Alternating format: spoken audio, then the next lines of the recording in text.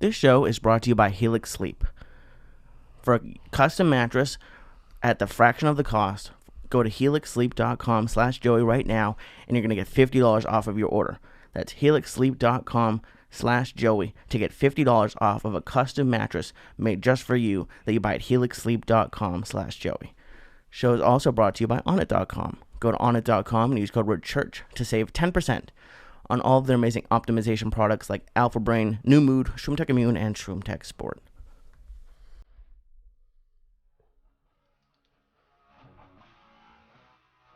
Jesus fucking Christ. We're back, bitches, with one of the greatest songs of all time.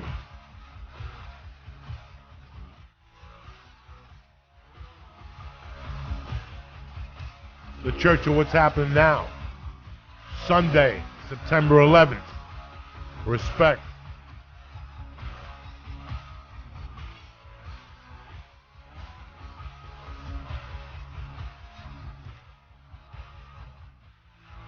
You don't want to know. Are you fucking kidding me? They'll never let you know. When you ask the reasons why.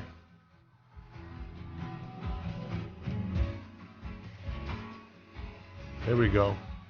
Here we go, cocksuckers.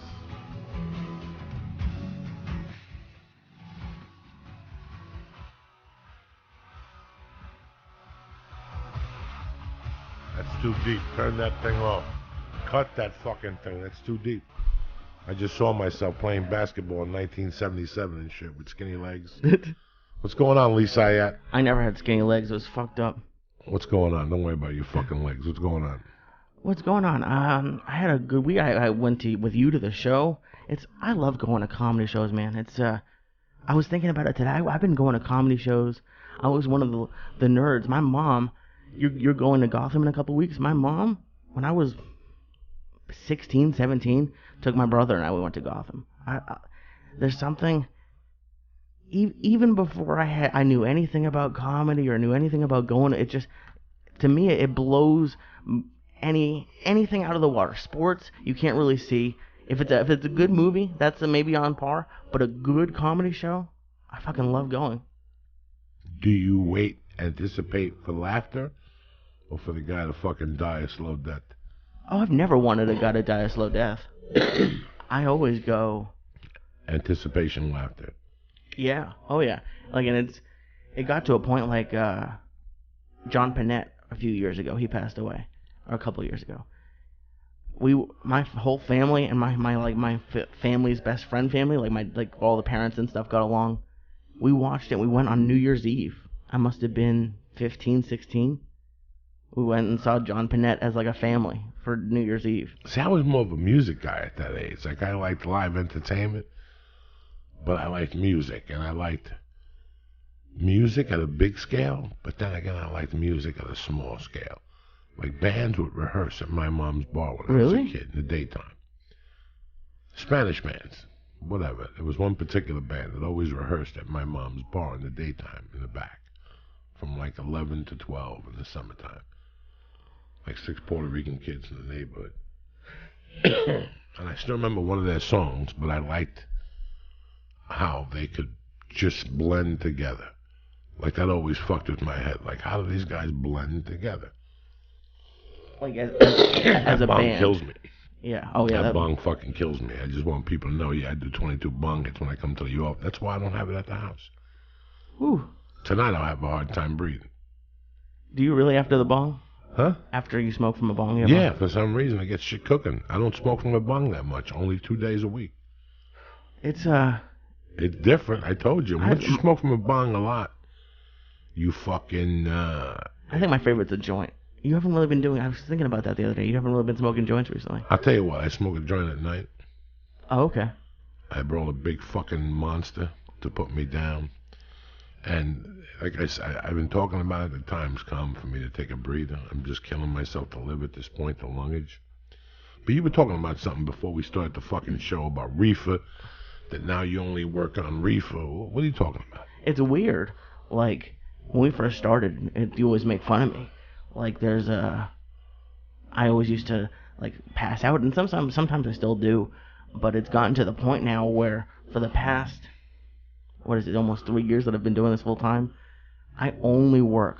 Like people sometimes, like I read an article once, like, ooh, employers now are letting more people smoke a joint at lunch or something because they say it helps productivity or whatever. Sometimes like, ooh, I remember getting drunk at like a Christmas party, and now every time I work, 99% of the time, I'm like blasted beyond anyone else's like conception of how like high they can get on marijuana. Yeah, we started to talk about this last week. Yeah. How you just become adapt to the fucking situation after a while. Like you have to force it that if you're not high, you feel fucked up.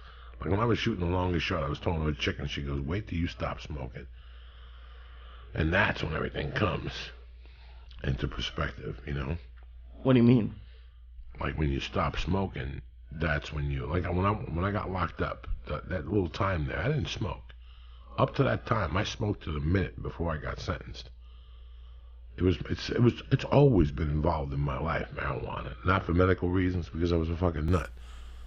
But I went on a tear. You know, like I've always said, everybody raves about Colorado now. I lived in Colorado then, and the weed was still tremendous compared to anywhere else I was getting. Right. I wasn't traveling as much, but when I did travel, I had different spots I went to. So I smoked out of a bong then. In Colorado, 90% of the people smoke out of a bong. They put snow in the bong, ice cubes in the bong, or, you know, so club soda with ice cubes. It's fucking crazy. So that's where I got the lung thing from. All those years living at high altitude, smoking a fucking bong. I have terrible lungs. I don't know what it is. Oh, no. Give me a fucking month. Your lungs will be fucking so stretched out, you won't know what hit you. Let me tell you what happened yesterday. Guys, first off, right now, EBI is on, and I want to thank Eddie Bravo. It's on Fight Pass. If you're a member of Fight Pass, I'm going to watch it tonight when I get home. I feel fucking very saddened that I'm not there. I told Eddie if we got out of here early, we would shoot over there, and that's it. It's not that I don't love Eddie or I'm trying to bang heads with Eddie or nothing like that. I'm leaving Thursday. I have a lot of things to do tomorrow. Lee has a couple things to do tomorrow. I'm busy as shit, and I just have to do the podcast tonight, and I'd rather do it tonight so people have it early Monday morning. So bing, bang, boom, your fucking day starts with some conversation here. It's really weird. Lately, I found myself in a predicament that I haven't had since I was a criminal. What's that? I'm busy. I'm busy. I cannot believe what is on my plate. I really can't believe it. And when you look at it from the outside eye, you're like, okay, you have those 3 things on your plate. No. It takes 35 minutes to get warmed up in front of the computer to write these things. Oh, okay. And as you're writing, you're getting new ideas, and you're writing those down, and you're writing, and you're writing, and you're writing.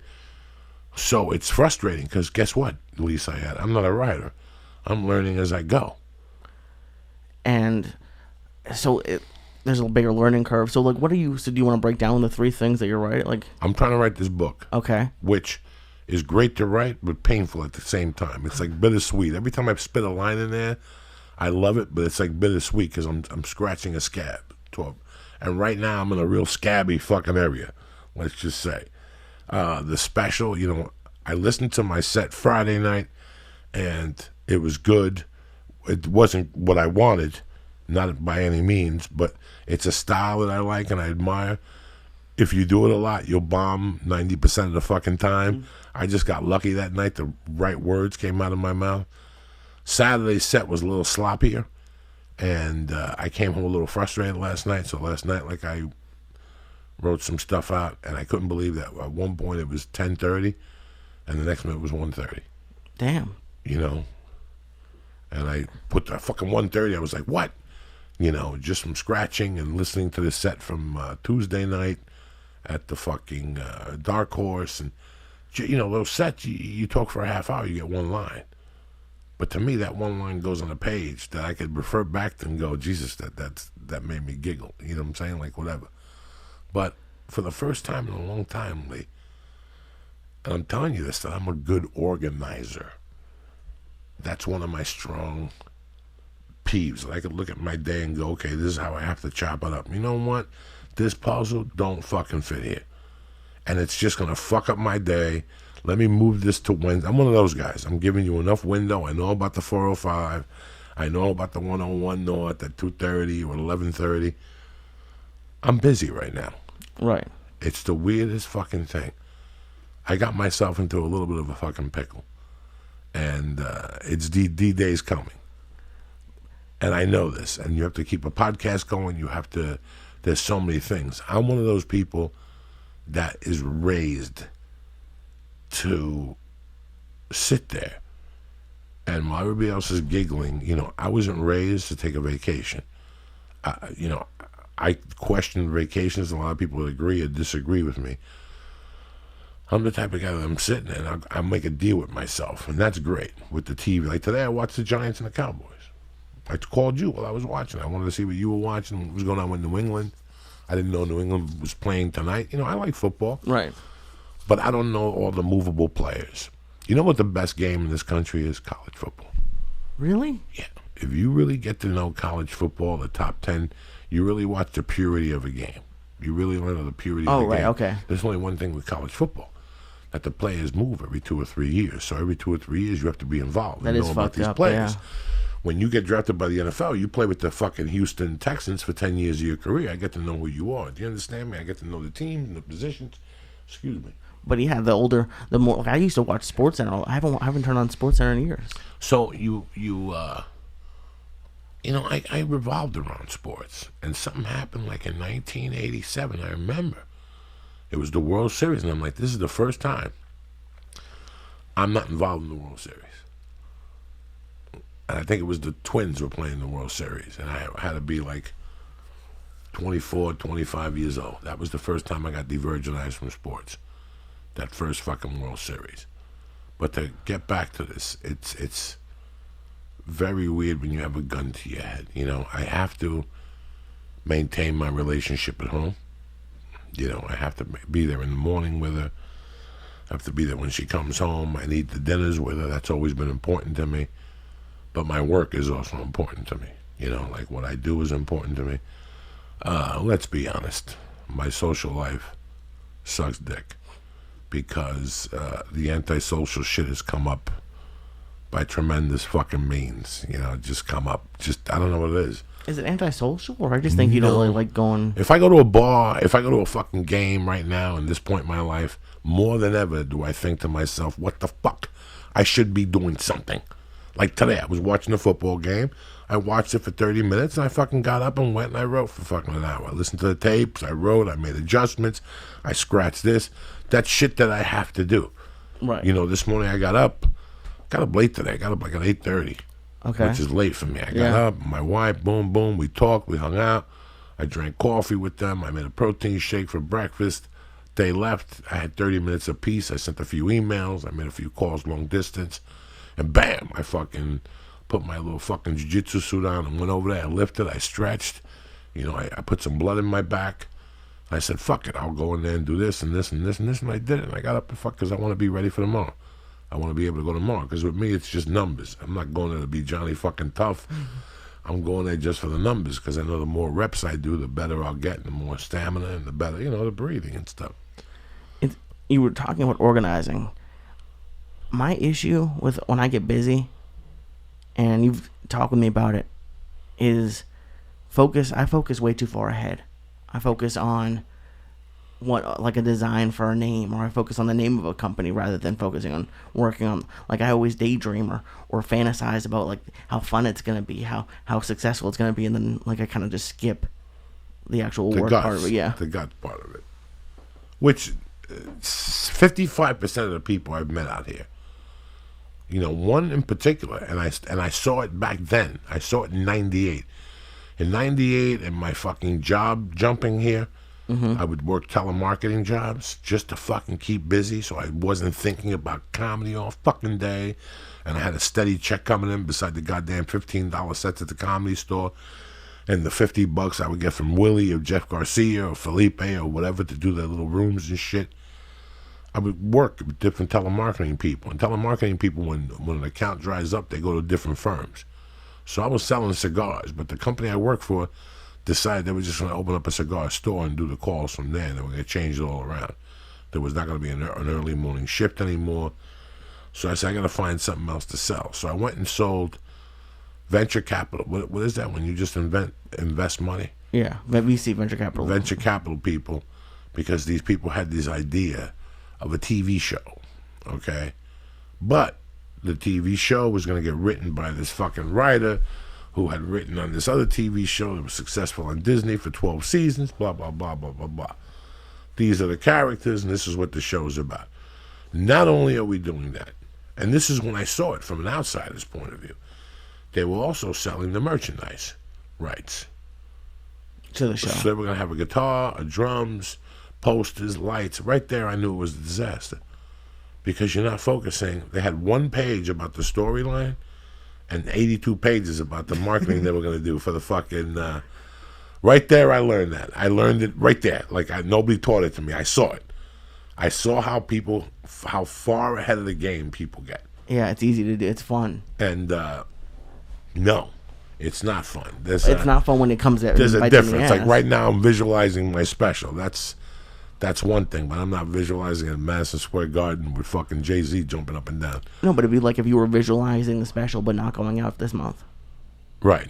Something like that. Like that's what I get fucked up with. Yeah, no. But when you want to sell those type of things, sometimes people get ahead of themselves. Well, think of the movie rights. And right there I know. Because you look worried about money. Right there when you tell me that you're going to get this and get the movie rights and think of all the hats we could sell at the premiere at $22.50 a hat, right there I know you have nothing. And the people around you are cheerleading that. So instead of worrying about, like I told you, years ago a guy approached me about a fucking cop in New York that loved martial arts, so he wore a karate uniform everywhere, a kung fu suit everywhere. The fucking script, Lee, was horrendously bad. Everything about it was bad. But the main thing that pissed me off, I didn't mind going to the pitch, was they wanted me to walk in there with the fucking kung fu suit on. They sent the tailor to my house. I refused to let the fucking guys. Like, I just... You didn't want to wear the kimono or whatever it's called? Fuck no. Why not? Because I had to walk out of there with the fucking kimono on, and I knew the pitch was going to be terrifying. I knew they were going to look at me and say, well, thank you. That's a great idea. Let me think about it, and I'll get back to you guys. Now, with that failure, I got to walk out with that fucking suit on and walk to my car like an asshole and see the valet. That's why. Last night, I fucking go out. And again, for college football reasons, the same reason why I don't watch that many. I can't follow college football because of all the movable fucking parts. Sometimes the UFC gets confusing. Oh, yeah. You know, 5 years ago, the UFC wasn't confusing. But now, to me, it's very confusing with the UFC Fight Pass and this fight is on here and this fight is on there. So I wait to see what's coming on. Do I know all the fighters on the card anymore, Lee? Not really. Not really. You know, I don't see Brendan Vera. I don't see all those. You know, those are the guys, Phil Davis, that I started watching the UFC with. They're all gone. Now there's North Sage Cut. There's all these fucking kids. Jimmy Rivera. I knew Jimmy Rivera had a great shot against. Oh yeah, he had a great Uriah fight. Faber. Yeah, I had read about him a few weeks ago, but I know, believe it or not, Lee, I know nothing about this CM Punk kid. And not till they did the documentary about him did I even know what CM Punk looked like. I think he's very, at least for me, I wasn't a wrestling fan at all. They kept him very under wraps until they started, like, I didn't even get to see it. They had like a 6 or 7 part documentary series on him before the fight. But at least for me, as the fight was leading up, the only thing I heard was negative. Like, the only thing I heard was like, oh, but he's it going was to just get beat weird up. that I didn't know anything about him. I didn't watch any of the documentaries. Every time it was on, there was some type of comment on Twitter. He couldn't punch, he couldn't do this, he couldn't do that. Okay. So, I don't even look him up. I don't know nothing. Guys, I have so much on my fucking plate that sometimes I'm interested about something, but I don't even open the door because I know I'm going to read. I'm going to have to get. It's like when you're reading a good book. You get intrigued by it, and you won't put it down, and you have other things to fucking do. So that's why the computer's deadly. Oh, it is. The computer's deadly. When you try to do something, you got to just shut it down. Just close the fucking thing because you won't get no work done. Because every 8 minutes, your eyes steer over there. So I get home last night. Again, I'm bombing, and I want to listen to the tape. I want to listen to the one from Friday, and I'm listening to all this shit last night. And at the same time, you get bored after 12 minutes. You put the earphones on and you click. And I think I click onto Yahoo page, and they're torturing CW Punk. CM Punk, whatever his fucking name is. I click to another page, and it's endless CM Punk fucking tearing into it. And now I get intrigued. I go, how bad could it fucking be? I'm not going to get the fight to watch it. I just wait till some fucking dude post the link, yeah. Post it on. And sure enough, 10 seconds after I said that, bing, a link comes up with the fucking fight. And he looks horrendously bad. And I look at him, Lee, on the floor, and I click it out, and I leave the room for some reason to smoke a joint or something. I come back, I open up the computer again, I get my notebook out, and there again is more CW, whatever his fucking name is, Punk. And for 1 minute there, I go, Jesus Christ. CW Punk doesn't matter in your life this much. Like, there was just so much hatred about this guy. And at the end of the day, the way I looked at it was, from what I heard, he gave up wrestling. What do you mean? What, did he give up wrestling? Like, whatever. Yeah, he's not fighting. He's not wrestling Was anymore. he rich? Like, was he rich? Was, from what I've heard from, like, Steve Samoan, and he was, like, one of the top in the WWE. And I think, don't quote me on this, there might have been like a contract dispute or something to that sort. And then at that point, like he was going to come back, maybe not come back. And then that was 2 years ago when he joined the UFC. Okay, so he started training somewhere at Duke Rufus. Yeah. Which is a hard academy, and you'll learn a lot. It's a lot to get absorbed. And they got the guy a UFC fight. Now, in my world, you know what, man? He was fucking delusional. You know, he was a little bit on the delusional side. I know, just as a fucking comedian, that if you're going to fight, you have to be doing it for a while. Oh, yeah. And you have to have a couple of fights in the competition level, then a couple fights. You know, it just takes a couple things that the record's never going to come up. You know what I'm saying? Like, it's never going to come up. You went to a competition one time, and when you go to those competitions, the regular karate ones, you fight like 3 times. Mm-hmm. You know, you fight like 3-minute rounds or something until the winner gets decided. It's not full contact, but just that semi-contact, Lee, teaches you how to move your hands, what to block for. Those karate kicks are slick. They fake to your fucking stomach, and they pop up to your fucking face. You can't touch the face, but you can touch the body. And from there, you move on to a few jiu-jitsu tournaments. And then from there, you do a couple MMA things. Right? This would be what I think would be the obvious fucking pattern. This is what I'm just assuming. Yeah. Okay, and after you go 8-0 in the MMA lower division, you know, fights in Tarzana on Saturday night in the back of a church, that type of shit, you get $52 and your trainer gets $11. After 8 of those, you send a tape to Joe Avila, whatever his fucking name is, the guy who got fired from the UFC, and they decide yes or no, or they hear about you in the something. You know, so when I didn't see, for me in my world, I really didn't know. In my world, it could have been that CM Punk was a wrestler, but maybe in high school he boxed. Maybe in college he fucking did something. Was an NCAA champion wrestler. I didn't know what the fucking particulars were. But then I find out this guy's got no credentials whatsoever. That's what you're trying to tell me. Like, no credentials. He went from professional wrestling right into this fucking thing. That's what, yes. Okay, and then he goes in the ring and he gets fucking demolished, right? Yeah, and to be honest, you asked earlier, and anything you heard about him, I forgot. About maybe 3 to 6 months ago, there were articles going around that I read that he had lost like 15 out of 16 fights that they had brought in for him in the gym, like secret fights.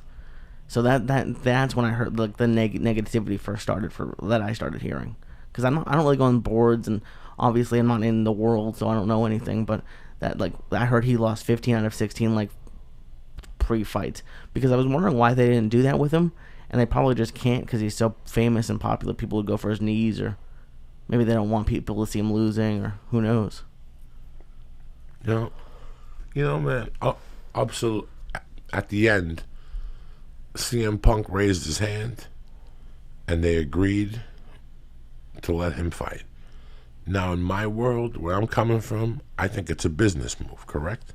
Yeah, probably at some point. It's a business move because there's no way Lee Syatt wakes up tomorrow morning at 8 o'clock in the morning and he calls me. He goes, "Hey, cocksucker, this week I'm calling you, but I got bad news. I'm quitting. I'm going over to Six and kickboxing at 10 o'clock. I'm going to start kickboxing, and then at 2 o'clock I'm going to see Justin Fortune, and I'm going to become an MMA fighter, and I'm going to the 6:30 jiu-jitsu class at Alberto Crane." And I'll be sitting there going, "Lee, what the fuck are you talking about?" And all of a sudden, a year from now, you call me up and you go, "Hey, what are you doing Friday night? Can you come and corner me?" Corner you? You know, yeah, I want to box this dude up in fucking Tarzana. You know, that's the evolution, Lee. But if you come to me tomorrow and go, "In 2 years, I'm going to have my first fight," I don't know where they're going to give it to you. But let's pretend you call Rogan, and Rogan goes, "Yeah, I'll talk to Dana, and we'll put you in the fucking UFC." It's not that simple. It was because you showed up with an envelope. And the UFC knew it, and they took a chance. Well, to me, it seems even aside from CM Punk, it seems like the UFC and the WWE must be doing some sort of deal because they're using CM Punk, which the WWE must own some part of the name. You can't call yourself your wrestling name in the UFC, which is kind of weird. But it's a lot of people are saying it's unfair. And I guess it is, but at some point you have to understand, like you said, the UFC is a business. So this isn't like a state-run UFC, like a fight league. This is a business who can do whatever they want. But like the one thing I got from him, and I just feel terrible. He just seems so lonely. Like when I was watching that, like the Embedded or whatever, he was just in his house. Like he's getting all this hate online, and I felt like his speech at the end was a little bit corny. Like it just seemed a little bit out of place at the UFC, but it had a nice message. And I feel like he's a nice guy, and he's just getting shit on like constantly. You know, I sat there last night. Here I am, a little on the stone side, and I'm sitting there and I'm thinking to myself, well, you know what, man? At the end of the day, would Joe Diaz have done it? Fuck you. Yeah, fuck no. Fuck you. I would have had an anxiety attack walking to that octagon that my head would have blown up. Even if I would have trained for 2 years, even if I lost 15 out of 6 or whatever the fuck it was, I would have had the anxiety that I would die. I would die. I could have dealt with the 15 in the fucking octagon. I would have lost the first 3, and then at least the next 3 fights I could throw a punch. I would have got a sweep. I would have got a hip escape, back to my guard. I could do those simple fucking things, but I wasn't gonna. And then maybe the 9th fight, I knocked him down and I got on top of him and the time ran out. So I did a little fucking well. I wouldn't have been ready for the UFC. I would have fucking had a nervous breakdown. So in my mind, all I wanted to say on Twitter was, I didn't know who he was. He looked like a fucking dork to me every time I saw him. I mean, it's not like he came in looking like Brock Lesnar all yoked and shit. No. You could see the steroids wore off. You could see that. It doesn't take a fucking genius. And he went in there. He got beat up like that. People were like, he can look like an asshole in front of 11 million people. I got to tell you something. To me, he looked like a guy with balls. I wouldn't have done that. Hell no, I wouldn't have done it either. But I don't like how people say he was delusional. He raised his hand. Maybe he was delusional, but somebody should have said, "Sit down, DM. Let me talk to you about something." Listen, things are bad. Those guys hit really fucking hard. You were in professional wrestling. They don't do dick in there like what they do in the UFC. They body slam you. Those punches to the fucking head, right. You'll hear rings later on. You'll think that somebody grabbed you by the head and they tapped. That's how fucking hard those punches are to your fucking head. I think, but nobody did that. They said, "You want to fight? It's a good idea. We'll get you a fight. Train for 2 years and let them know when you're ready." It's not the guy's fault, man. It's like a fight tomorrow. Call Madison Square Garden and go, "You know what? I'm ready to fucking sell Madison Square Garden." They go, "Hold on, Joey. Let's look at the computer." They'll come back and go, "Are you fucking crazy?" But if I get some weird lady and she's like, "We can make money some way. There's some way we can make money with this. or we could build this up to be an event or something like that. It just didn't get built up or anything like that. So it backfired the whole way through. I feel bad for the guy. I would feel really bad if they didn't give him another fight. I hope they just give him something, not easy, but just like give him something. So what weight class is he fighting at?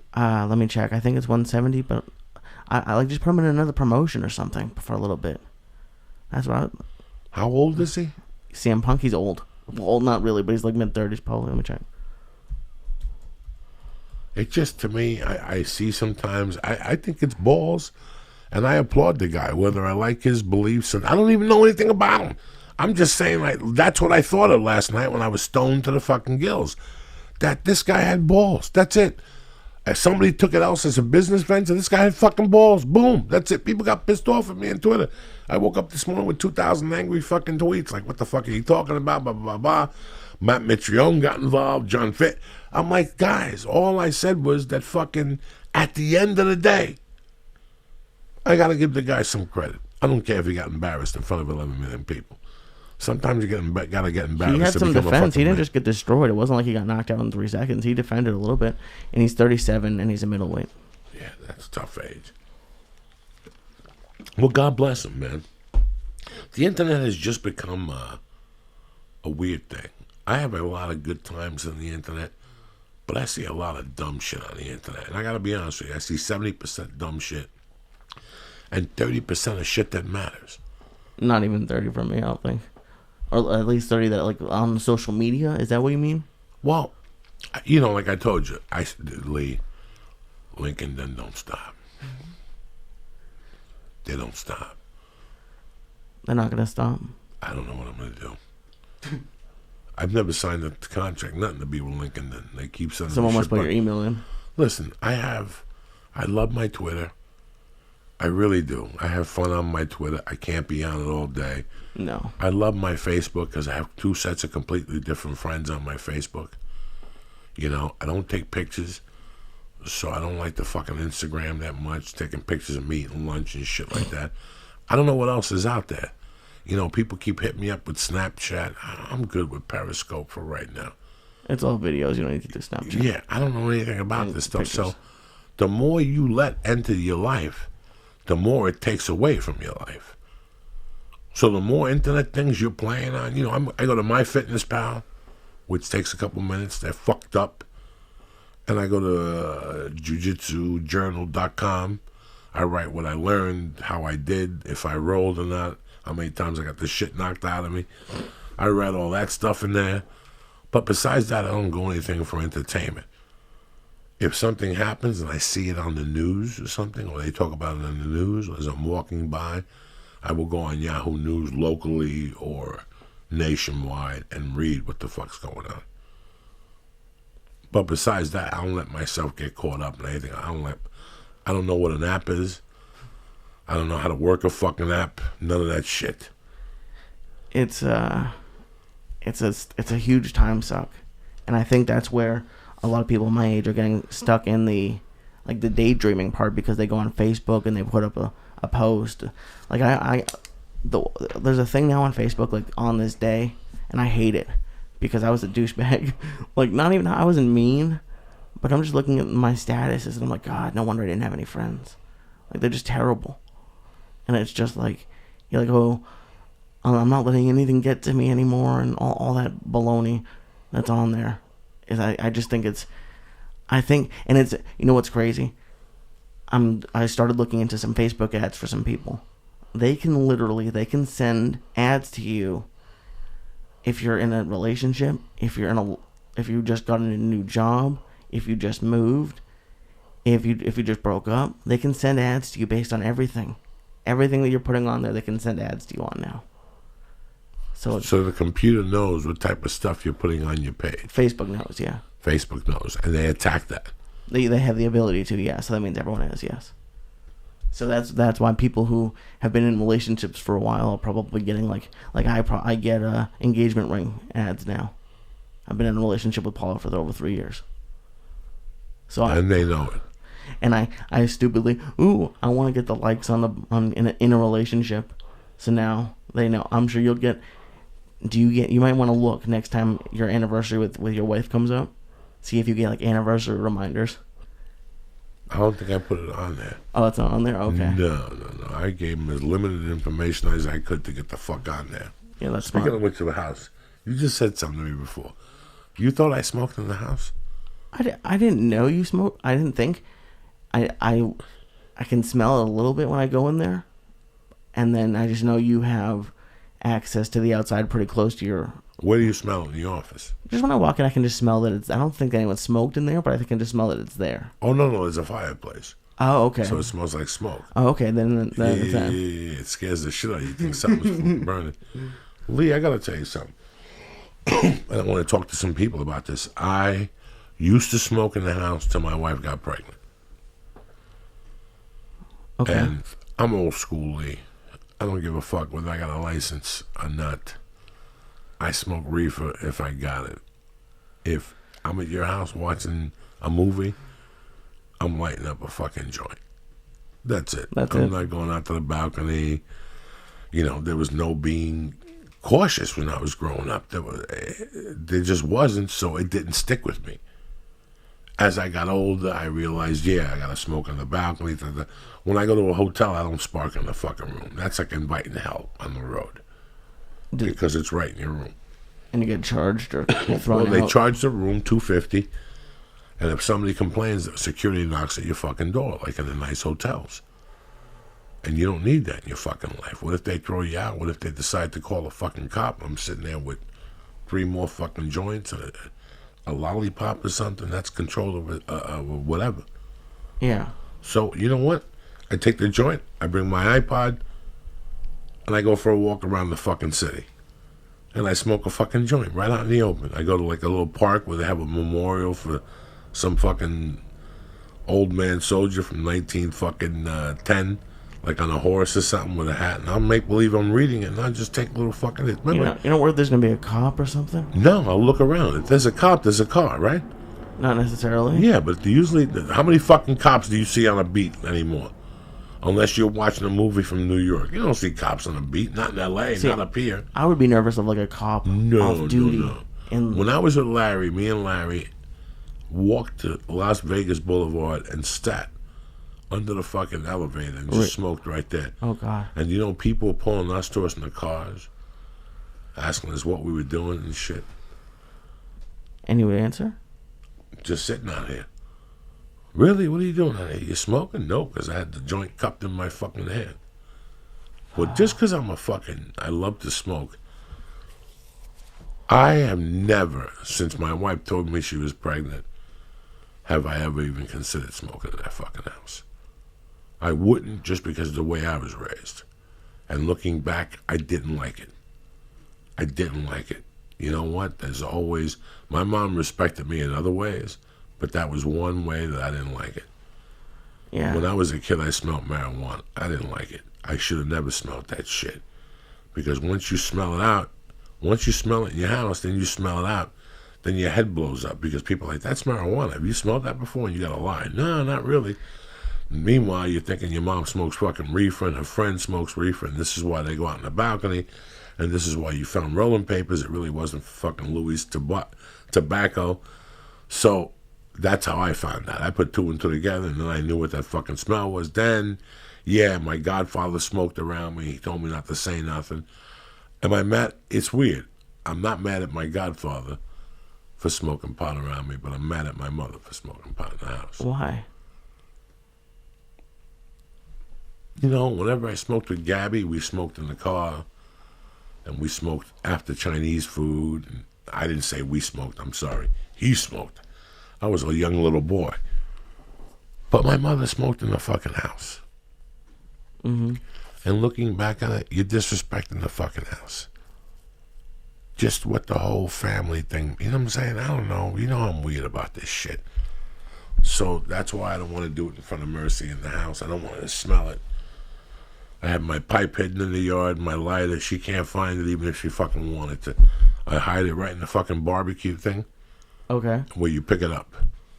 Oh, so it's hidden. There's the weeds hidden. Everything's fucking hidden at all times. I don't want her to find it. I don't want her to ask me. And I don't want her to fucking smell it. There's going to be a time she's going to smell it, and then we'll break it down. Have you thought about what you're going to say? Not really. Not really. Because who the fuck gives a fuck? It'll probably be 10 years from now. She'll smell it in like 3 or 4 years and ask. Then she'll put it together. She'll read about it. They'll come with her in school with the damn project. By that time, I'm going to have to be going for walks and have cologne on my neck and change my shirt and shit like that because their senses are so fucking unbelievable. She'll ask me, why does your shirt smell like smoke? Yeah. People who don't smoke really fucking smell it. Oh, yeah, it sticks out. They really fucking smell it. And at this point, it's in my pores, it's in my jeans, it's in my fucking T-shirts, it's in my geese, it's in my bags. When I grab the bags, I could smell the fucking weed. I have an essence of reefer around me. That's what I think I'm smelling in your office. Yeah, I have an essence of reefer around me. It's in my clothes. I could smell it. Sometimes I go on, you know when I smell it? When I go on the road.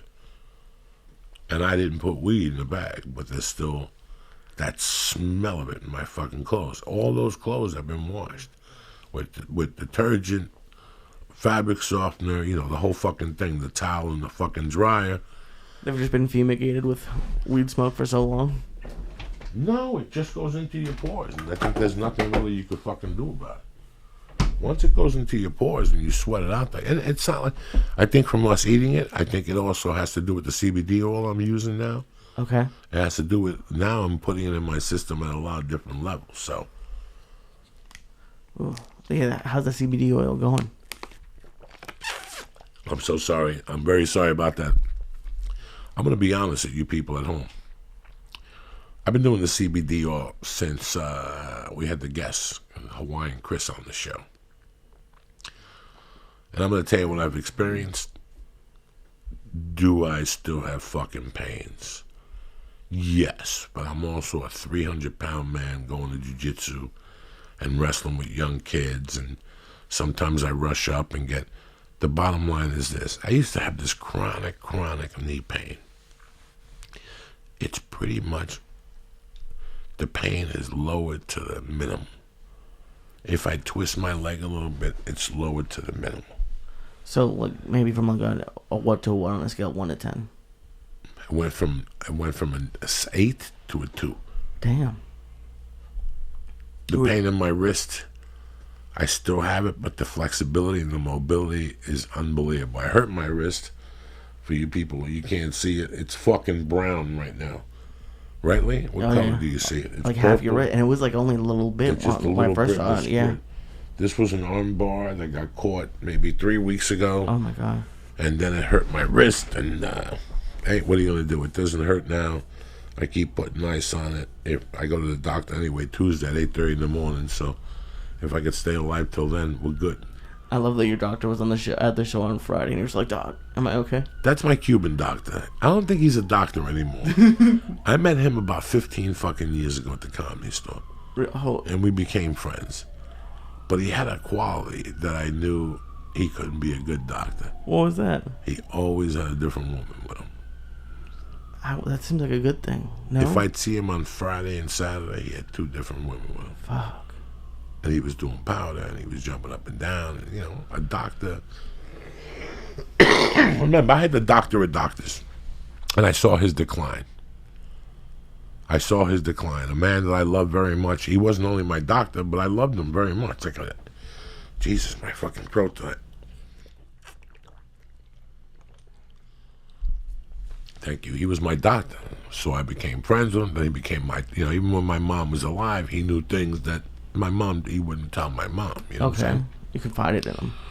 Yeah, I confided in him, and, you know. Thank you, Lee. Look at you. Lee's fucking producing tonight, turning off microphones and shit. But I confided in him.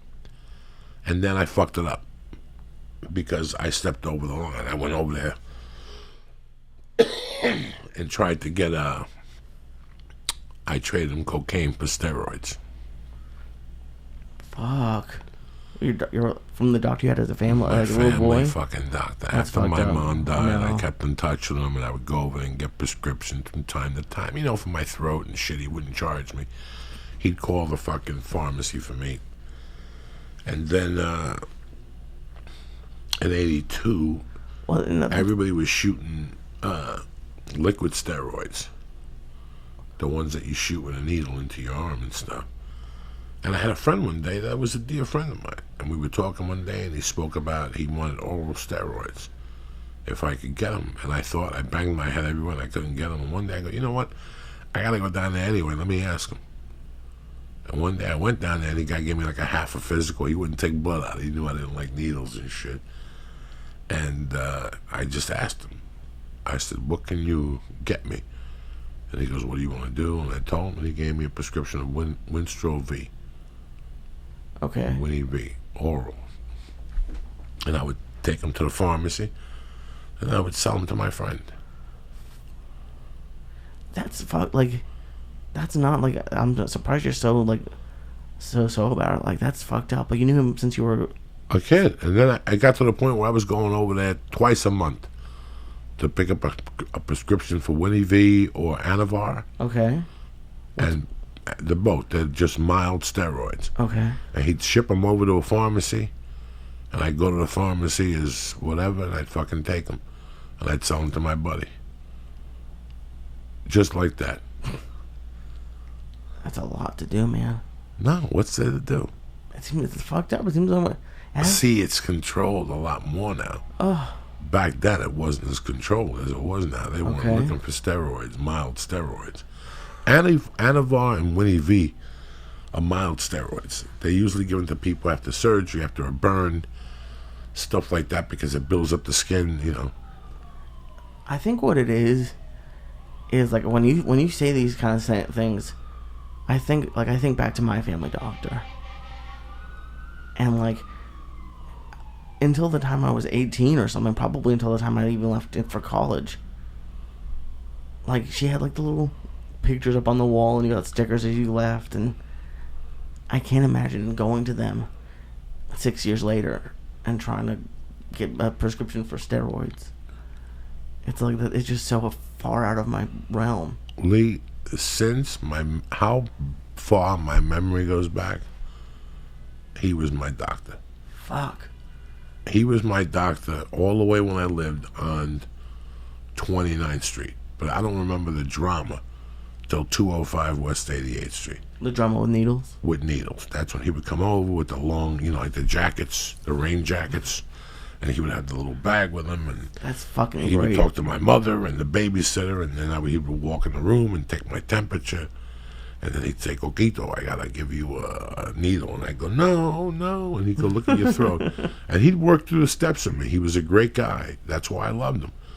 Because he would get the mirror and show me my throat, then get the stick, and then take the fucking things and put them on my own heart. He was a great doctor. Right. He tried everything he'd do to relax me. And then he fucking, try to con me. He'd go, all right, what do you want to do? Do you want it in your arm or in your leg? And I go, I don't want it anywhere. He goes, we just had a talk. You were just going to let me do it. And I go, no, let me think about it. And he'd go, okay. And he'd go out of the room. And my mom would offer him if he was hungry or if he wanted a beer, and he would start fucking drinking. And he would do like 3 fucking cocktails. And then he'd come back in, and he'd go, so what do we decide on? Oh, no, give me 10 more minutes.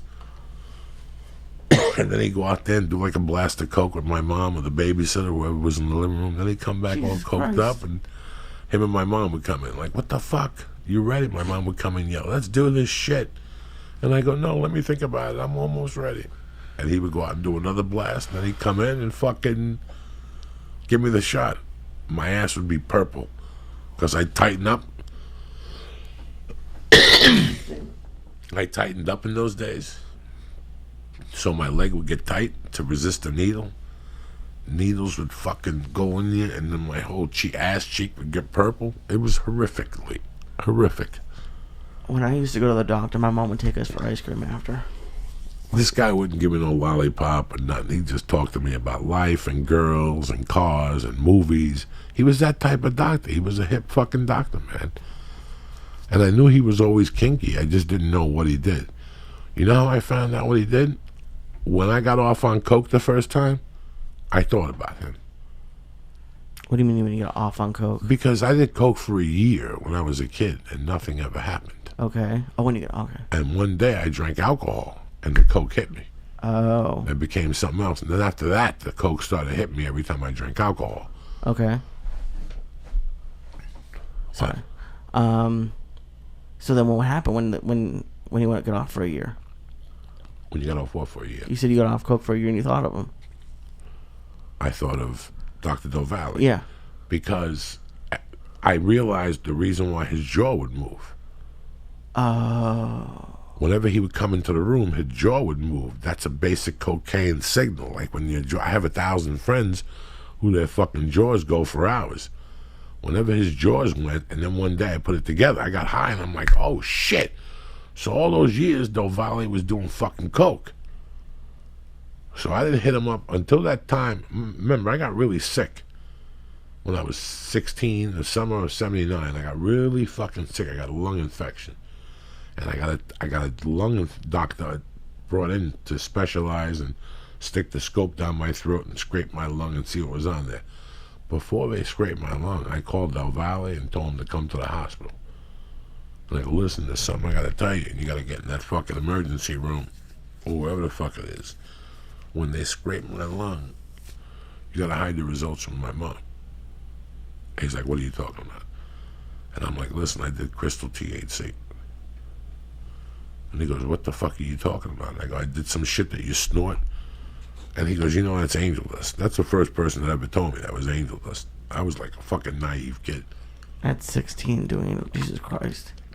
That summer, we were doing a lot of it, like that 6 months prior to it. So it was going to be all over my lungs.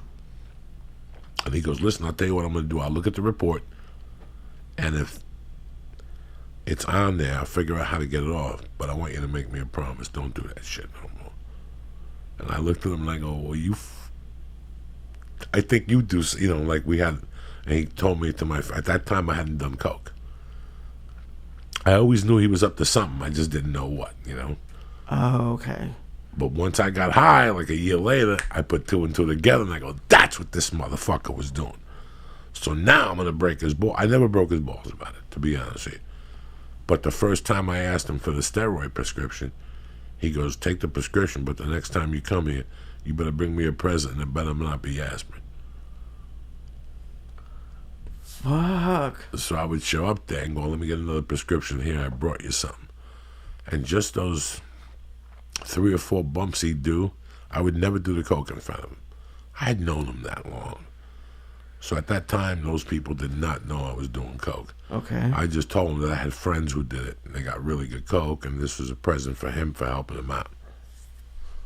I told him that the kid he was giving the steroids to was sending him coke. Oh. So how would you make money? Would you make money on the deal or no? Yeah, I'd go into the city, and I'd get an 8-ball of coke, right, for like $2.50 a fucking 8, and then I'd throw a gram on it, and I'd get 4.5 grams. So now, what did I pay? $2.50, right? Right. And how many grams I got? 4. So what's that divided into $2.50? 70.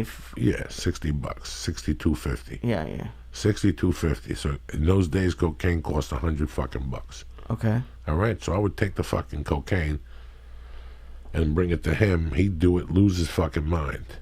He'd give me the prescription. The prescription would cost me $6. I would take it to my friend. He'd give me $200.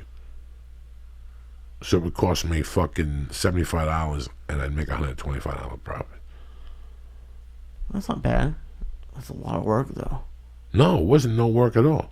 Well, it's dangerous. It's like It's a lot. not. What, Lee? Are you fucking crazy? What do you mean crazy? What danger? What danger is there? Where do you encounter the danger? Buying coke, transporting coke. No, Lee. What you just met me 2 days ago? What did you become a fucking a Gentile after you watched Narcos? I know you didn't get caught, but I'm saying you could have. Lee, this was when you looked so much the part. You lived so much the part that it was like you felt invisible. It was like you felt invisible. Timmy Holloway's listening to this right now, and next time I have a conversation, he'll tell me about. I used to go into the city, and it was like I didn't matter. Sometimes I had 200 on me. Sometimes I had 700 on me. Sometimes I had 1,200 on me, and I look you as a face as a man. I never worried one time. Never worried one time. Coming back over that tunnel, I always knew that if you went over the tunnel, don't come back over the tunnel. Come back over the bridge. That's math 101. That's math 101.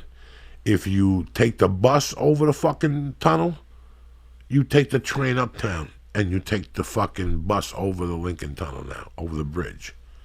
Vice versa also. You make something out of it so they don't pinch you as a fucking whatever. You always have an excuse for why you went there. But what if the cop's just having a bad day and it's like, hey, No cop's having a bad day like that. Really? No cop. You have a Daily News under your arm, you have a Yoo-Hoo, you have a jean jacket, it looks like you fucking belong there, and you're just walking down the street. Inside the jean jacket, there's a flat pocket. If you have a Lee jean jacket or Wrangler, and you could tuck your fucking 12 or 15, 14 grams all the way down to the bottom, and nobody knows nothing. Oh, my God. It would be the biggest thrill of your life, you walking down. Now you got to make sure that you don't go into nowhere weird. What are you saying, Joey? Don't stop at a fucking porno hub because they got people that you never know.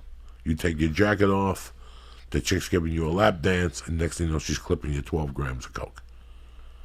So you go from point A to point B. A lot of things can happen when you have that blow in your pocket. That's the danger. Exactly. That's what I'm scared of. No, there's nothing's going to happen. The worst thing you and I are going to do, we're two fat fucks. We're going to stop at Ray's Pizza and get a slice of pizza and a soda. That's it. If I had that on me, I wouldn't stop anywhere. And maybe we won't stop. Maybe we won't stop. We'll just shoot right down. We got to stop and get a hot dog. Why? Because we had to go over there for something. We had to go over there for something. So we're not lying. Can't do that first? No. Yeah, it depends. If you and I come up the tunnel, yeah, I could stop at the fucking some pizza on 88th Street and shoot up, get the fucking 2 8-balls and shoot over the fucking thing. Yeah, I'm not stopping at a pizza place. No, Yeah, I could look you in the face and tell you that one time was I scared bringing that coke over the tunnel or anything. All right, now you go home, you cut it, you sell a little bit of it. You get a ride from a friend of yours from 78th Street down to 36 in West New York, down to 36 in, where the fuck was his office? 36, it was on that last street between Weehawken and the water. And it was right down there, Park Avenue. You went down to Park Avenue in Union City, you went into the office, there was no receptionist. It was just him. He was the whole show. He had fucked all the receptionists, he knocked them up. God knows what could have happened with Orlando. You went in, you gave him the package.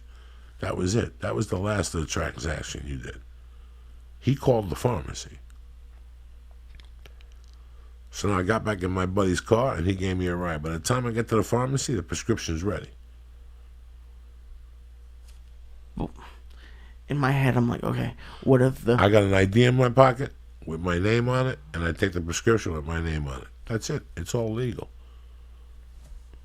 The guy I send it to, I grew up with the fucking guy. It's pills. I know for a fact he does blow. I know for a fact that he's got 2 kilos at the house, or maybe an ounce, or maybe a gram. Doesn't matter to me. First thing I'm going to do is I'm going to take those pills out of that container and put them in a different container and light that fucking container on fire like if it was a fucking numbers paperwork. Why? Now, the felony is if they catch him with that container with your name on it. Oh, so just burn the container. Burn the fucking container. And give him a different fucking container. Where's the damage, Lee? There's no damage. Where's Tony Bennett? Put that motherfucker on.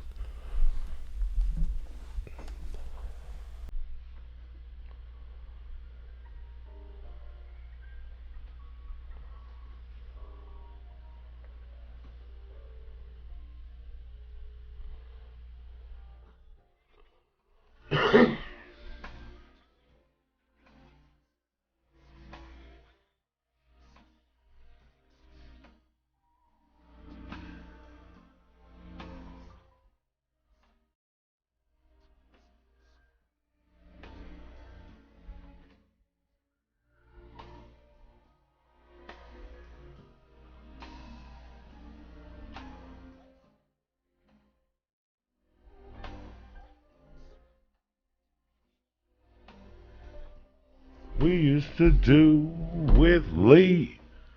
Dun, dun, dun, dun, dun. All right, cut that right there, Lee. I want you to find Frank Sinatra. I want to be around. Okay. I'm going to teach you a little lesson and shit. While we're at it, we need a couple more stars. You know what I'm saying? A couple more. We're getting the party started, Lee. It's fucking Monday, September 11th, and we're celebrating by doing a special podcast. Right. You know, out of respect, that's the least we could do. I don't want to come on here and have a wine fest or whatever. All I want to do is let them know I acknowledge them. Here you go. There you go. Who should say you like me? These are great. All these need is whipped cream. This is the best flavor I've ever tasted in my life. You know why? Because there's no weed in it. There's like fucking no milligrams in it. 50, yeah. But that chocolate from Chiba Chew is very good. It is. I just saw you go like this, like 2 times. Listen to Frank Sinatra's version.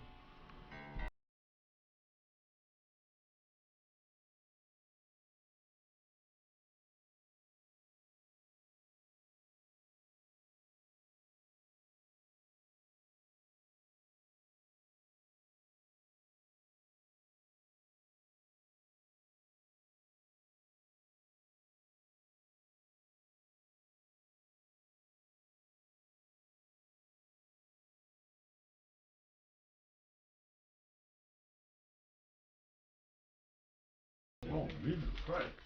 Uh-oh. Bam, we got 2 more bags of stars here. This turned into a good fucking party tonight, see? I mean, you and I always get creative. Hell yeah. And if I look, I know there's a hit of acid somewhere in this fucking office. You understand me? Let's hope not. Who takes care of you like me, Lee, cocksucker? Nobody. Right now, you'd be at home with Paul or somewhere, rubbing your feet, watching bad TV. This is James Brown. Mm-hmm. This is amazing. 3 completely different, well, Sinatra and whatever crooners.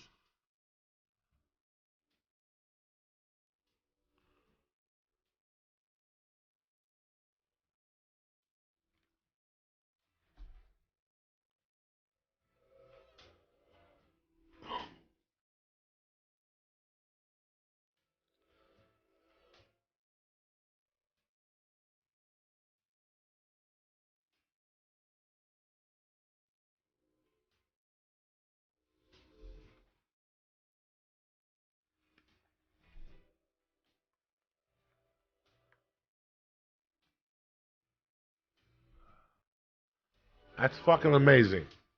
A black dude that's tremendous and 2 crooners singing the same fucking song with 2 different twists on it. This is the shit that makes my dick hard because it just goes to show you could fucking cook spaghetti 50 different ways. You know what I'm saying, Lee? I feel like Paul made me spaghetti carbonara last night. What was in it? It's like the one with a little bit of bacon in it, and then like a little bit of just butter and egg, and she just like... With an egg yolk? Yeah. Or the whole egg? I don't know, she made it. And then you put Parmesan cheese on that motherfucker. Yeah. Fuck yeah, I used to eat that all the time. She made it for me. She learned how to make it in Italy. It was fucking great. Italy, look at you. She brought back recipes from Italy. Huh? Thank She hell was yeah. fucking lucky. She couldn't bring you back a fucking salad, huh? It's got to be pasta with an egg, butter, more butter. No, but we did. She only made one. Like we only had one bowl. We didn't get crazy. Did you use spray butter? Right? No. She would. For God's sake, I No. hope you didn't use spray butter. You get worse and worse at this shit. She wouldn't. She made it. She wouldn't use spray butter. She thinks the same way. Good. Does she take and throw it in the garbage? Nah, she doesn't go to that level yet. Well, don't ever have me over your house. Because the first time you go to the bathroom, I'll throw that fucking thing out. I wanted a tear when I was a kid. I started throwing away people's ashtrays. Why? Because I hated them. I hated ashtrays. So when people weren't looking, I'd throw their fucking ashtrays away. Why didn't you like ashtrays? My friend George, okay. I threw all his ashtrays away when he lived with me in Boulder. And what would he say? I'd ask him, he was crazy. I don't know what the fuck you're talking about. Why would I take your ashtray? I don't smoke pot. I only smoke pot. I smoke it outside. He wouldn't know why. I love fucking with people. Sometimes you gotta take the ashtray. Sometimes you always ask me about drugs late at night. Like one night Lee called and we had a 2-hour conversation about a drug network. Like Lee was asking me about my friend who sells coke. And I was telling Lee that I've known these guys in Hollywood that have been selling. I've known them since '97. I met them through a white Jewish dude named White Lightning. And White Lightning used to sell weed. He used to date a black chick that used to fuck the same coke dealer. And he didn't know it. He thought they were just friends. He was fucking her.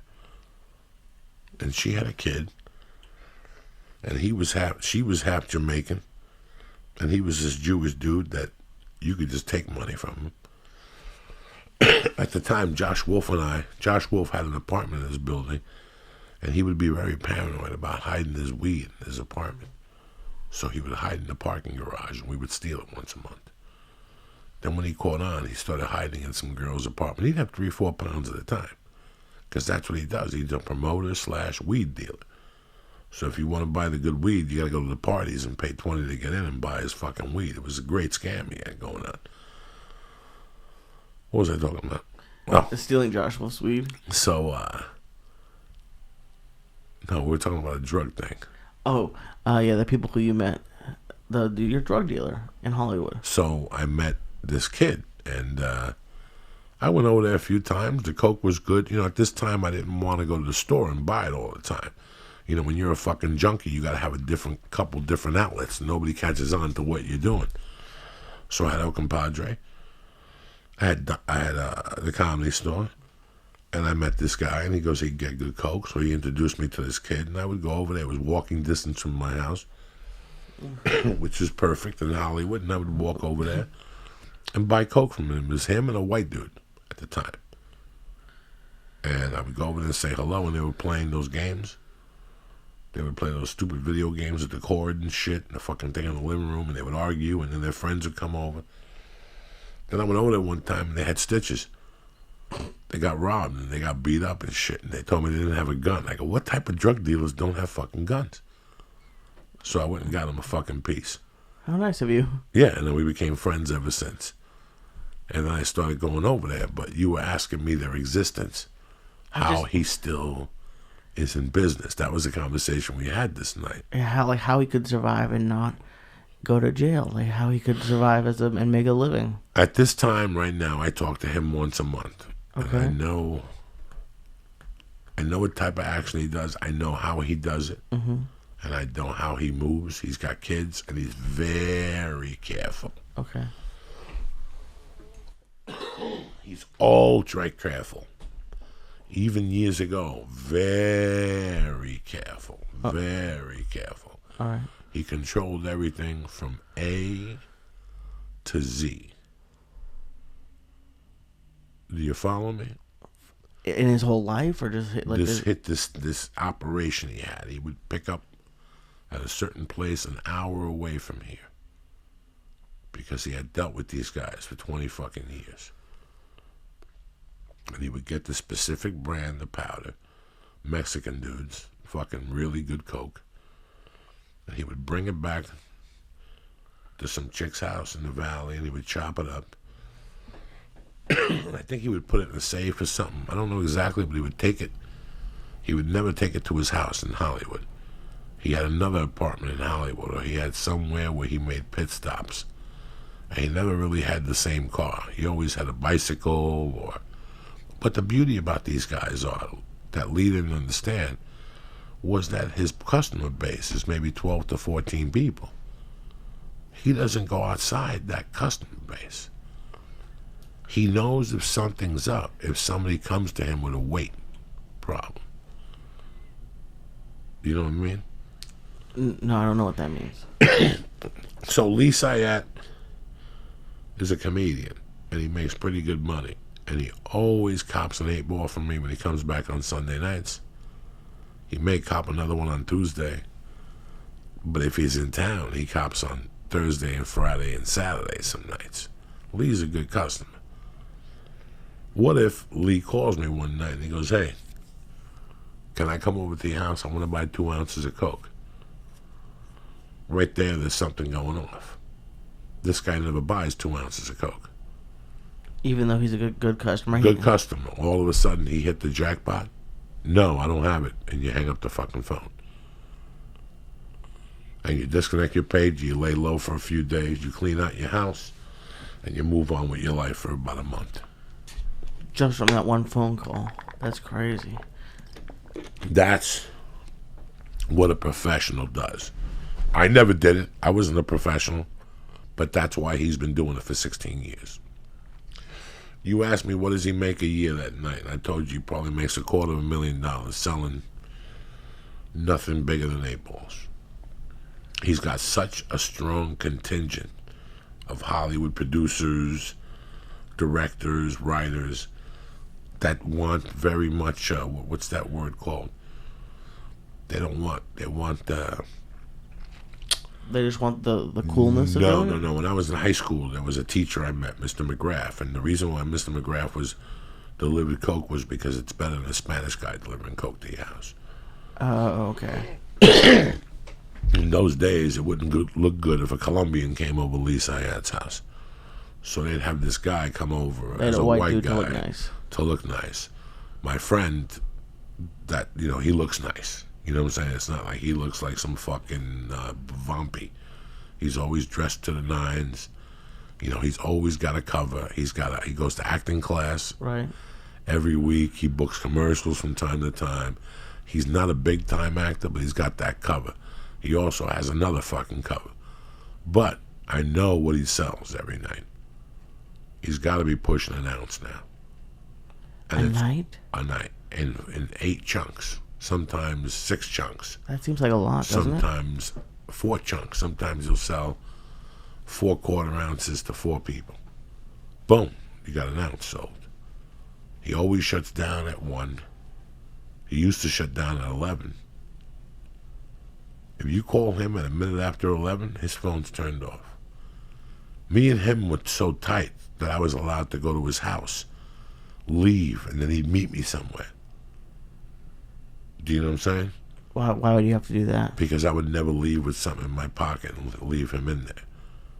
So he was that good with me. So remember I showed you last week in Hollywood when we were at the light and I saw that computer store? Right, yeah. And I go, that's where I used to meet Dante. That was a 24-hour fucking...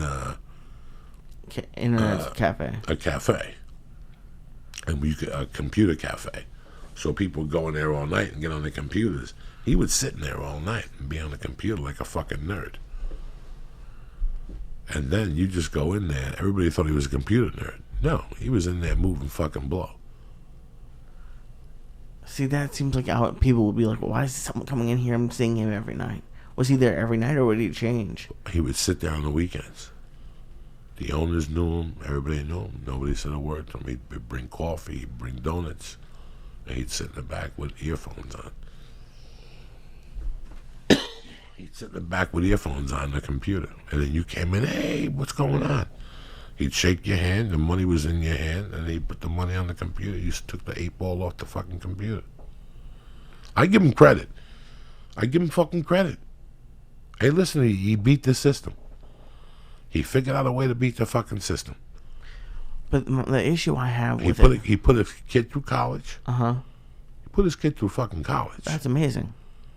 Like nothing happened. Like they live like in a nice, like nobody knows nothing. The thing why I still don't think, I don't even understand how it's possible still. I understand what you said.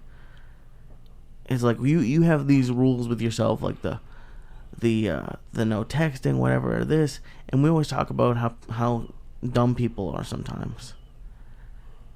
I don't trust.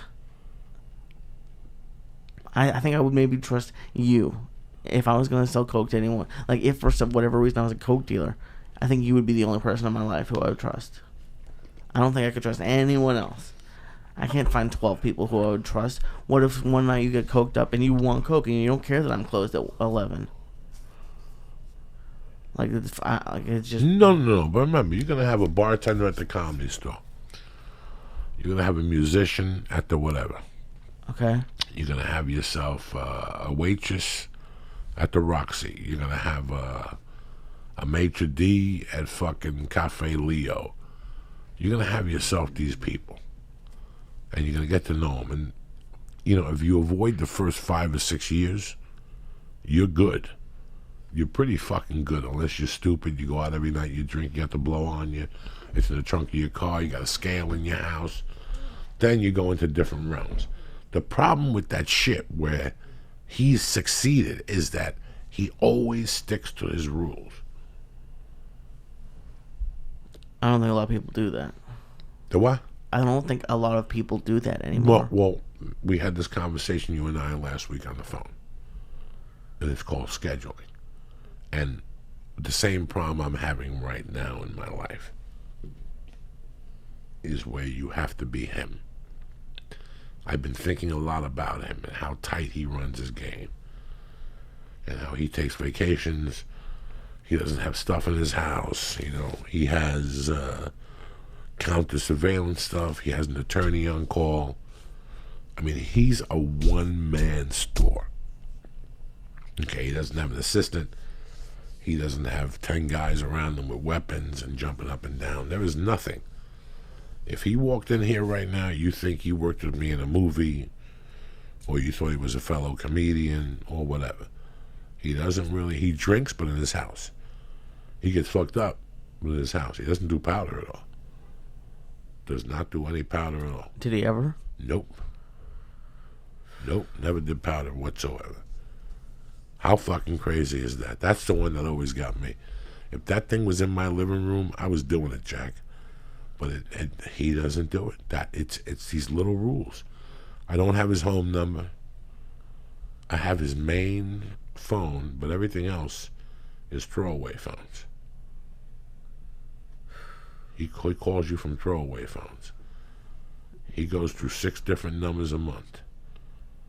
But I call him on his main cell phone. On his main cell phone, there's no business talked.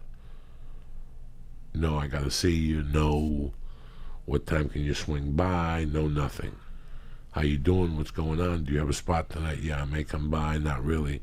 I'm out of town. Blah, blah, blah. Love you. All right. Love you too. That's it.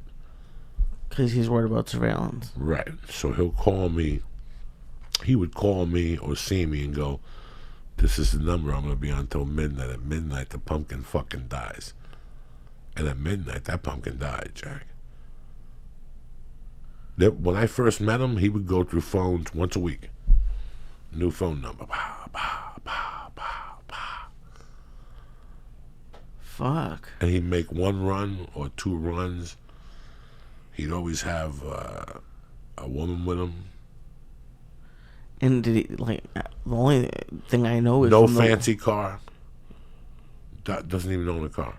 How would he get all the phones? Because, like, in The Wire, they had to send them down. He cut a deal with somebody. I asked him once, somebody brings him hot phones or something. 24-hour phones, brother. Bah, bah, bah, bah. Or you go to 7-Eleven, I guess, or Radio Shack. I think it's 7-Eleven, right? You buy the 24-hour phones? Yeah, you can do that. Yeah, those fucking little Ali Kebab phones, whatever the dude who blew up the World Trade Center, whatever his name is. So how would he I don't think he wrote your number down, did he? No. And if he does, I don't do blow. It's got nothing to do with me. No, that's not what I meant. Like, if he was changing numbers all the time, how would you get into contact with him? Like, how would he remember people's numbers? He had them all in his head. No way. And he'd call you and say, I'm going to be here for 3 days. You got that money you owe me? You know, he'd call you and say, can I see you? And I'd meet him, and I'd give him the money I owe him, and I'd take something else from him, and he'd disappear for 4 more days. I'm in awe of him. When we got into that conversation, I had just spoken to him like 3 days. When I go to Hollywood, like when I go to Hollywood Tuesday, I'll call him as I'm leaving the doctor's office because he's right around the corner. Do you guys ever get together anymore and hang out? No, I pull up in front of his house. I give him a big hug. He asks me how the baby's doing. I ask him how his kid is doing. He bitches because the kid goes to school out of state and it's killing him. So we complain about that, and that's where it ends. I tell him how much I love him, and I fucking drive off into the night.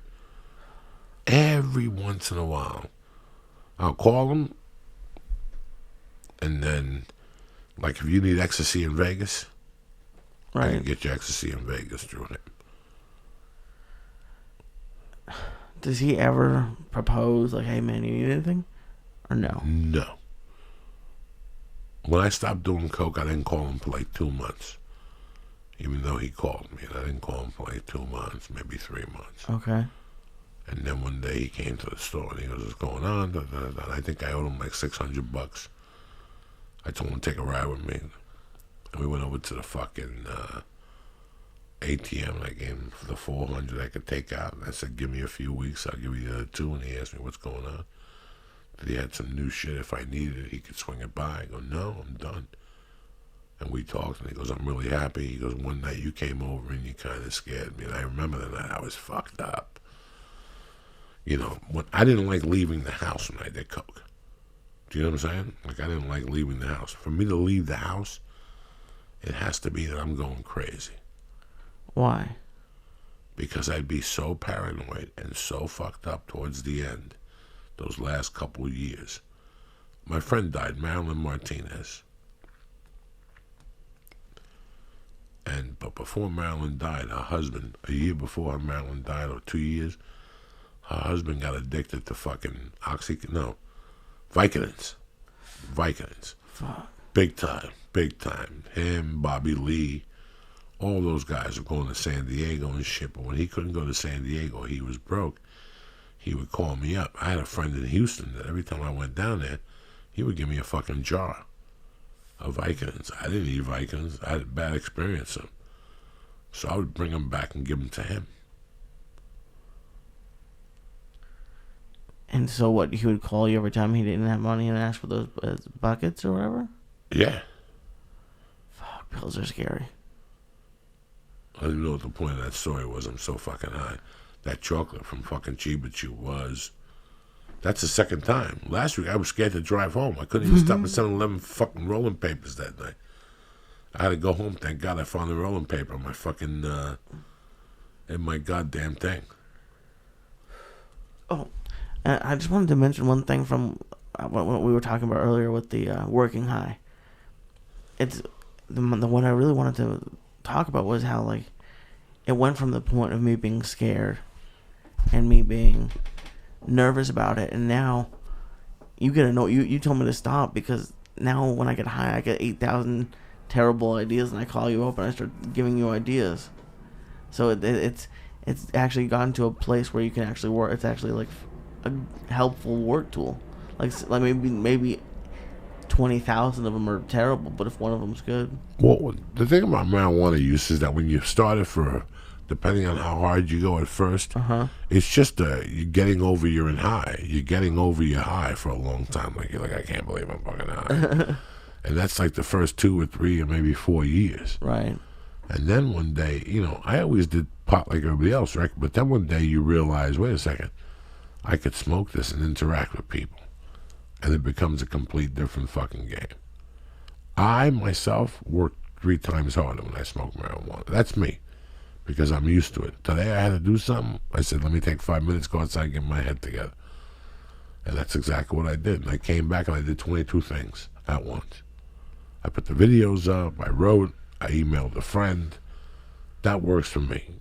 I'm happy it works for you. I'm happy that you're finally not scared anymore. You were scared because of what your mom told you, what your friends told you, what everybody fucking told you.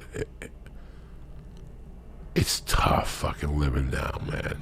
I was thinking about it today. There's people who listen to this podcast, and myself included, who are like mad at you every day in our lives because like we'll be sitting and listening to people talk about this and that, and you will just like you can see through the bullshit in it because of all the stuff we talk about, and it's like it ruins, like, for me, like, it ruins, like, watching football all day. I used to love watching football all day. Why can't I love watching football all day for my life and not know that I'm being a lazy piece of shit? Why can't I just sit there and eat wings and pizza and get to be 400 pounds? I went through the same fucking thing, brother. No, man. Listen. I love you to pieces, and you're learning a very valuable education. And you're learning an education that I never fucking learned because people mentioned it to me and I saw people doing it, but I thought they were suckers, and I thought they didn't have their act together or anything like that, and I was completely wrong because all those people today are very successful. They own things, and they work themselves into something. They're not millionaires. They're not the Forbes top 20 millionaires. They don't have boats. They didn't want that. They just wanted comfort in their old age. So they would want for nothing when they were older and their 2 kids could get educated, or their 3 kids. It's very expensive to put your kids through college. It's getting worse and worse. And the thing I learned the most was work ethic. Okay, a couple months ago, something happened that was very shocking to me. And I could see in your face it was wearing on you a little bit. Okay. And now you have to do this. You've been doing it all along. But now it seems like if you want to start this podcast business, you have a lot of dreams and aspirations, you have to do this. Paula was preparing for her GMAC, whatever the fuck it's called. Bar. And Paula knew the importance of this. She knew the importance of this bar and what it meant to her, and she had loans on the line and blah, blah, blah. And Paula basically for 8 weeks became a fucking refuge. And I could see it was wearing on you a couple weeks. You're like me. We're lonely people. We go home, and after an hour, we're like, well, should I jump out the window? And you were calling me, doing periscopes, eating stars. People hitting me up going, Joey's eating stars by himself. But we all learned a lesson, you know. And I never forget when she came back from Italy, I said to you, is she ready? And you looked at you like, I don't really know if Paula's ready. I don't know if she knows that the vacation's over, becomes life. But guess what? She went out the next day and got a fucking job. Yeah, she got the first job she interviewed for. The first job she applied for. No, not applied. Well, like the real first job she interviewed for when she got back. Yeah, she got the first fucking job. Yeah, so what I'm trying to tell you people is I learned something from that. I learned that maybe Paula will fail. I know she's going to pass because the hours she put into it. Normal people can't understand that. The third day when I call Paula and go, Paula, I'm making chicken cutlets with reefer, stars, Brad Pitt's here. And she's like, I can't do it because I got to study for my bar. He would call me and be like, well, what are you guys going to do? And I'm like, nothing. I'm not seeing her. She's studying. It'd be like 8 o'clock at night. He'd be like, studying. Get over here. No, and I got yeah. it. You get a different respect for people because they stuck to their fucking guns. Something people don't do. And then they go one day, oh, I failed. I don't know why. The biggest lesson I want you to listen from this, Lee, is Timmy, my friend Timmy. God bless him. He's a truck driver. He works 5 days a week. That's a job he took. It's a great job. It's a union job. He gets paid well. He gets benefits. That's a job Timmy took. You took a job that you don't really know what this job qualifies. Nope. This job is perfectly, you come in 2 days, we smoke, we tape it, I leave, you cut it, and put it up. Mm-hmm. And you could do whatever the fuck you want after that. Well, guess what? Those results were horrible. Yeah. You gained some weight, you fell in love, and you almost got caught up in the house. You couldn't get out the one day. You said you couldn't get out. You had ordered so much Chinese food and so much takeout. The sodium had you by the sides and shit. And you realized you got to do something else. And you started making calls in the morning. And when you're a freelance motherfucker, there's no days off, but there's no days off. And people don't understand that. And when you have to stick to that program, like there's always something to do. What we always talk about. There's always something to do. Don't tell me there's not. There's something to do. You know what? Get up, change the light bulbs. Put that one over there and put that one over there. There's something to do. That Led Zeppelin thing got dust on it. There's always something to do at a fucking job. I said to you, take the other perspective. We were always talking about an ad salesperson. Right. I said, start making calls. How much success did you have? Tremendous. 0. No, you did great. Oh, well, before. Well, no. We had the fucking reefer with the pin. They didn't want to lift the rock. You had the fucking reefer people with the the license and the fucking app. Oh yeah, that's true. Yeah, like no. couple. You started getting a couple, and now you realize that you come in here on Sundays sometimes, and you get some shit done, and you come in, and you know what? This is a 6-day-a-week job for you. Oh yeah. And guess what? If you open up this fucking podcast business, sorry, Charlie. This is a 7-day-a-week job.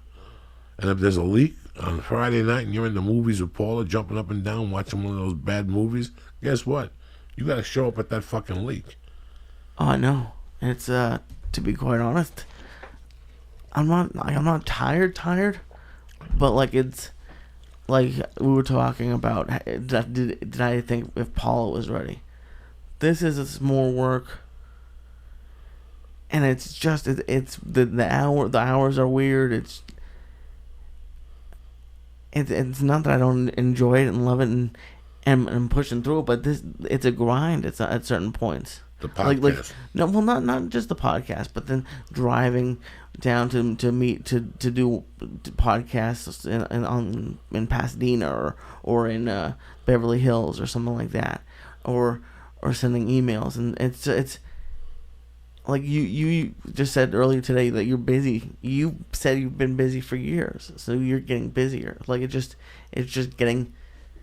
I'm at a different point of being busy, and I'm like still getting used to it. Well, you're learning all the possibilities that we could do with the podcast. Right. Yeah. So right now you're exploring a lot of them where I don't have the time to explore a lot of them.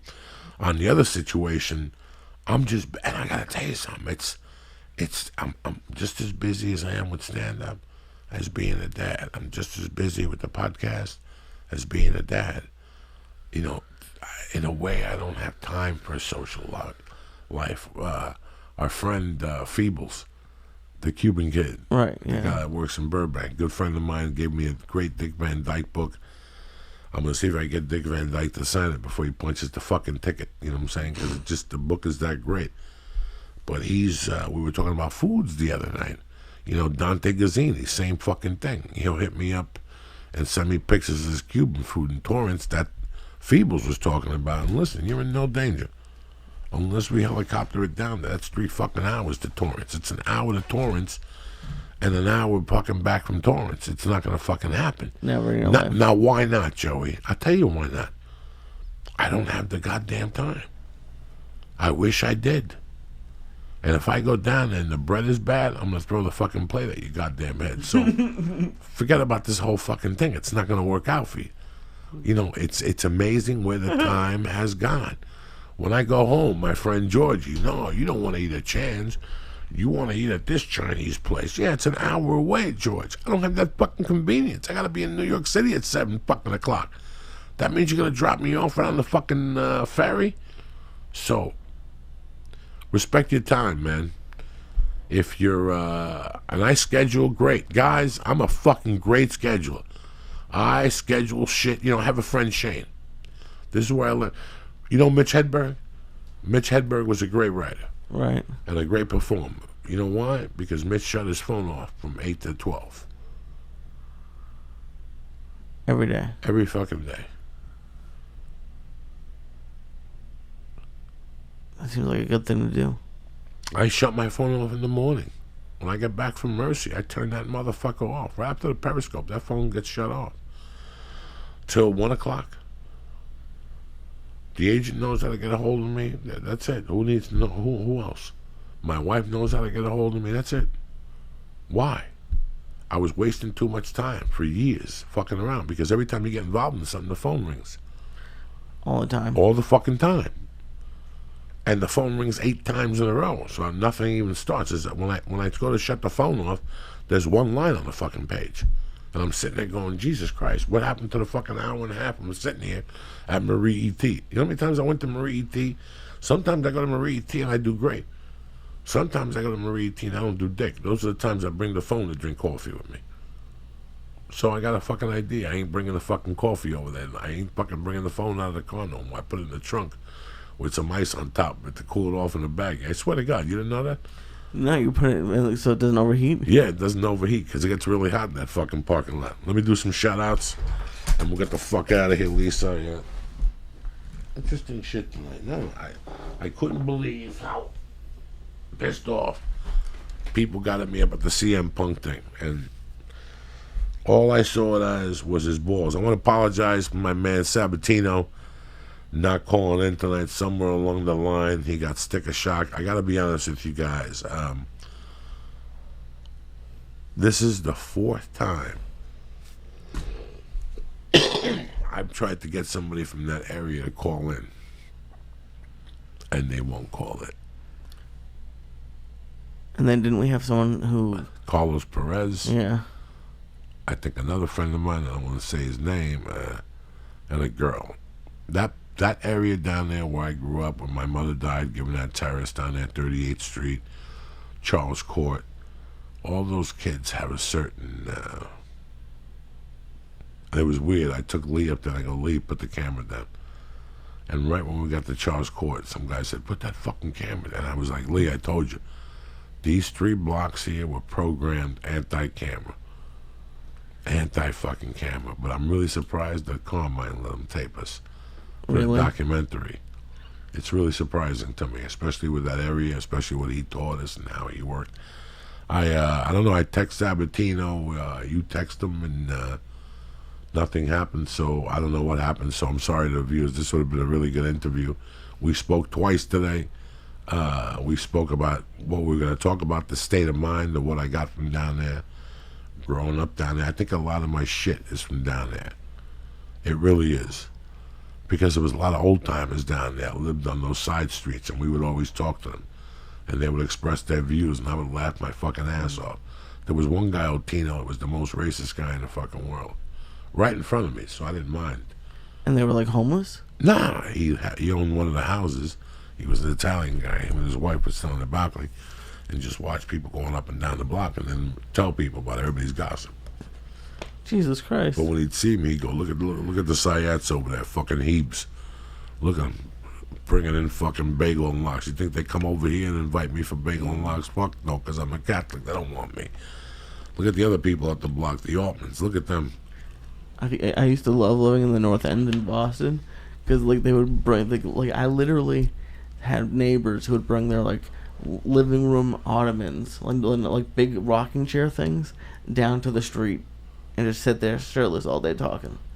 That's it. But they're watching, and he would just sit there with his fucking wife and just watch and complain. And then as I was walking up the street with the basketball, he would unload on me like, you're Spanish. You're never going to be a professional basketball player. You got a better chance of being a fucking waiter. You and the rest of those spickaroos. And I wouldn't get mad at him. I would giggle and call him a guinea fuck, and that was the end of that. Spickaroo. Let me do some shout-outs. My condolences to Jason Montiero, his wife. My heart goes out to your family. Doyle Chandler, Jason Pollock, Lloyd, Charles Sample, Stelio Contras, El Parco Jr., Meg, and Lizili Love. I also want to talk about this. I'm trying to get Lee one of these. They sent me, because the first they said, yeah, we're going to give you 2 fucking beds. And they go, no, you got to do 1 for 30 days and give us your sample. And then, so I don't know how this fucking thing works. I recently moved, and one of our sponsors, I read great things about their product, and I offered to do like a sample run or whatever, and they sent me a mattress. And I don't know what the fuck happened. It came in a box, Lee. And I looked at this thing and I'm like, we're getting fucking beat. This is too small. And this turned out to be one of the best mattresses I ever had. As soon as I go over to my wife's side, I can feel the difference. My wife got the cold bed, which stays cool. You know, a couple of days ago, I went on their website and I watched what you needed to do to get a bed from them. And it really is unbelievable how far we've gone in technology now for a bed. For 3,000 fucking years, everybody slept on a cover with little skinny pines and vines under it and shit. It's a complete different situation. You know, you're unique. You don't walk like everybody else. You don't talk like everyone. You don't sleep like everyone. So why is your mattress one size fits all? Listen, I didn't know about this for years, but I got to tell you something. With Helix Sleep, all that stuff goes away because it's a custom mattress, and you thought it was going to cost you $5,000 to $10,000, right? Not until now. What I'm going to bring you is Helix Sleep, where you can buy mattresses online, Customized for hundreds of dollars instead of thousands. What you do is you go to helixsleep.com and you answer some simple questions based on 4 key preferences: your weight, your height, what side of the bed does your wife sleep, what side of the bed you sleep on, stuff like that. They'll do a custom sleep profile. They'll build you the most comfortable mattress you'll ever sleep on.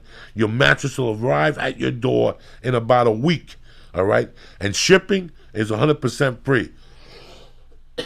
For couples, Helix customizes each side of the mattress, one for my wife, one for me. Helix customers report 30% improvement in overall sleep quality. You have 100 nights to try it out, and if you don't love it, all right, love it, like me, they'll pick it up for free and give you 100% refund. No questions asked. That's why everyone from GQ magazine to Forbes, they're all talking about Helix Sleep. So do me a favor. I don't blow smoke up your ass.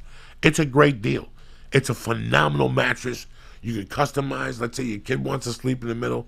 They get dick. They get the fucking middle. That's the way it's been for 2,000 years. It's a great bed. It's comfortable. And you know what? It's cheap and affordable. Do me a favor. Go to helixsleep.com/Joey. Again, helixsleep.com/Joey and get $50 off your order. That's helixsleep.com/Joey. helixsleep.com/Joey. 30% improvement in overall sleep, and I'm going to give you $50 off your order. Not to mention, you got 100 nights to try it out. And if you don't love it, we'll pick it up 100% refund, all right? No questions asked. Again, just go to helixsleep.com and take a peek. You're going to love it. And if you like something, go to helixsleep.com/Joey and get $50 off your first order. How's that one for you? Also, I want to salute my people on it. They have a thing, these mixed greens. I've heard about that. What is Guys, go on there right now and try it. I've been farting good. I've been going to the bathroom good. My stomach feels better. My skin feels better, except for this fucking zit on my nose. Everything's fucking beautiful. And you know what? From the Shroom Tech Sport to the Shroom Tech Immune, I'm out of the protein shake again. I got to order more. I ain't going to blow smoke up your ass. I use this stuff, guys, and it works tremendously. Do me a favor. Go to honor.com right now, /Joey. No, church. /church. And look at their website. Look at the minerals. Look at the vitamins. See if anything works out for you and it suits your lifestyle. Whether you're a hiker, a jiu-jitsu guy, a weightlifter, a kettlebell lifter, whatever the fuck you do, Honor has something for you to optimize your workout and your life on a real level. Do me a favor. Go to honor.com right now. If there's something you like, go to the box when you're checking out and press in. Church. And get 10% off, and it gets delivered right to your door. Again, I'd like to thank Helix Sleep, and I'd like to thank honor.com for supporting the podcast. I'd like to thank you guys for listening. Sorry that the fucking mook pooped out on you motherfuckers. But Wednesday, we got a great guest. And guess what? Thursday, me and Lee, Austin, motherfucking Texas, at the Cap City Comedy Club. Go there tonight because tickets are going fast. I don't know what it is about this time of the year. Tickets move. These clubs are small. Number 2, the following week, I'm at Gotham in New York City. Again, I hear the first show's already sold out. So oh, shit. That's what I heard from a buddy of mine. Called me from New York. He wants a table of 8. So there you go, people. I'm trying to bail you out. I'll see you motherfuckers Wednesday night. Thank you for supporting us. Thank you for the love. I'm giving you my fucking heart and what I feel. All right, cocksuckers? I want to thank Lee Syatt, my number one fucking Doom Coon, number 1. I love him to death. Thank you, buddy. I love you, and I can't wait to see everybody in Austin. All right, everybody always asks. Let's do this shit. Do this shit.